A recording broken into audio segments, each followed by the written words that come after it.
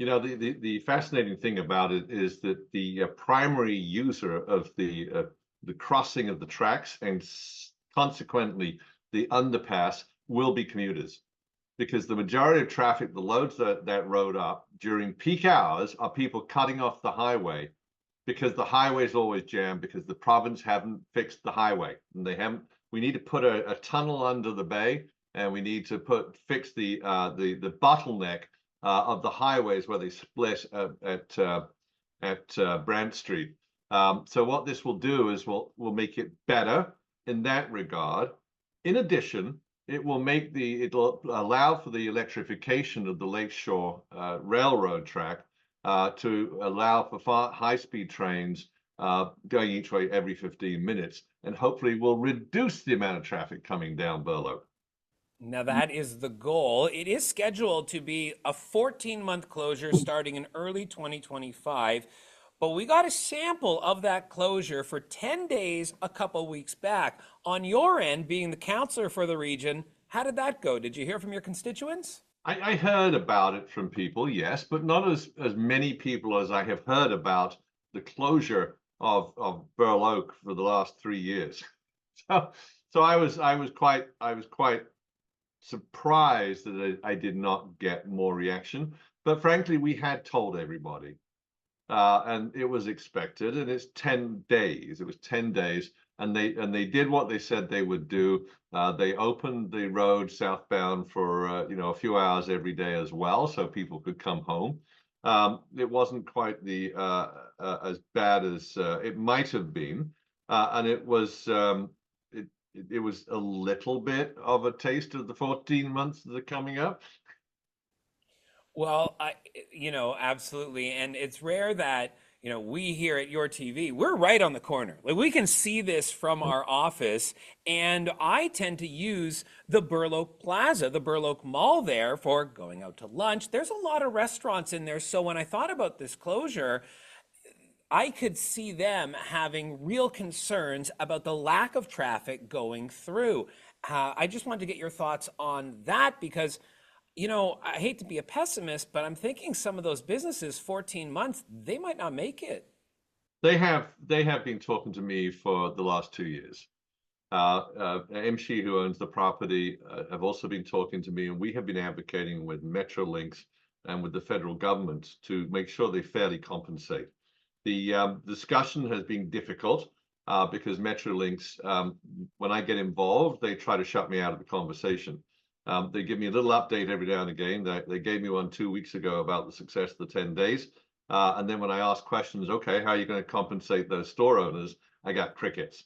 That was disturbing. And I also asked, what is the actual date you'll be closing for the 14 months? And again, no answer. So we've got this kind of, this blind box that we are talking to, who tell us what we would like to know sometime when they're ready or not, or if they're not, they don't tell us.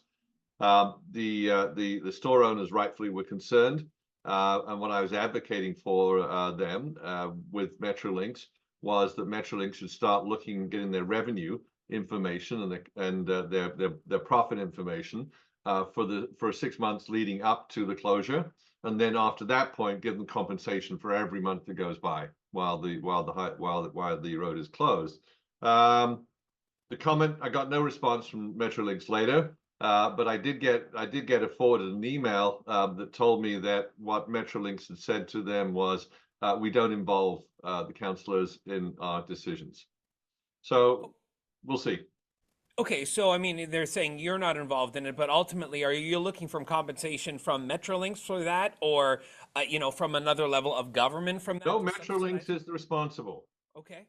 They acknowledged. They told me. They acknowledged to me and to the store members while at a meeting at Burlington Library on New Street. And so they said this in front of me and all of them, that yes, indeed, Metrolinx is responsible for compensating the owners. They don't like the owners were not given the details of how that would work. There was a vague comment that, well, maybe what we'll do is we'll wait till the end of the year and then we'll compensate you. And to your point, that may well be too late, and we may have people who haven't made it through. But in any event, this is with the province of Metrolinx. I did send an email to the president of Metrolinx and copied Doug Ford, and I said, "Can we please figure this out?" All right, you are on it. Now, there was some random talk I've read here and there about an alternate route.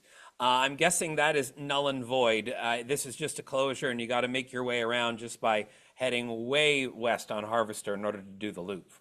There certainly was a conversation about it, but it was decided possibly 3 years ago. The cost to do the project was escalating out of sight, and Metrolinx had originally agreed with us that we would pay half of the $30 million that they needed from the municipalities. So Burlington paid 15, Oakville paid 15. And then as the prices escalated, they came back and they said, well, they wanted $30 million extra from each of us. At which point we went crazy. And again, I wrote a letter to the president and to Doug Ford and saying, this is craziness. So they came back and they said, okay, the 15, but an extra $10 million each if you want us to put a bypass there. And the reason for that is because of all the safety characteristics, the operations, the additional of having to put an extra road beside it. And the other impact was that it would take an additional year to do the work. So instead of 14 months, it was going to be 24 months minimum because of all of the logistics issues. And we said, well, no, let's get it done as quickly as possible. And let's get it done for the price that you agreed. More recently, there was some pressure from community members to, yes, indeed, have a bypass. And Metrolinx had been thinking about it for the last 6 months and saying that they would let everybody know. I have not seen anything on that. But what I'm gathering is that there will be, and this, they've always said this, that there would be a sidewalk for pedestrians and cycles. Okay. I'm not expecting the bypass. And if you actually go out there and take a look at it, you've got buildings on either side, not far up on a Harvester.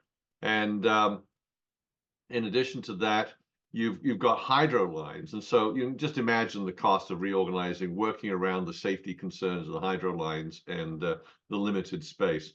So I frankly, I haven't seen the confirmation that they're not doing it, but I don't expect that there will be a bypass. Having said that, during the 10 days, what I realized is that when something is new and challenging, people aren't used to it. And so it looks worse than it should be or could be. And as people get used to it, they change their patterns and they accommodate it. And so when we get into the 14 months, people will have figured it out. And hopefully it will be easier, a lot easier. Frankly, people will take the path of least resistance. So if it's jammed up, they're not going to go that way. There you go. Be like water. Take the path of least resistance and leak your way on through. Councillor Sharman, appreciate your time today. Thank you so much. Always a pleasure. Thank you very much. I look forward to talking to you again soon.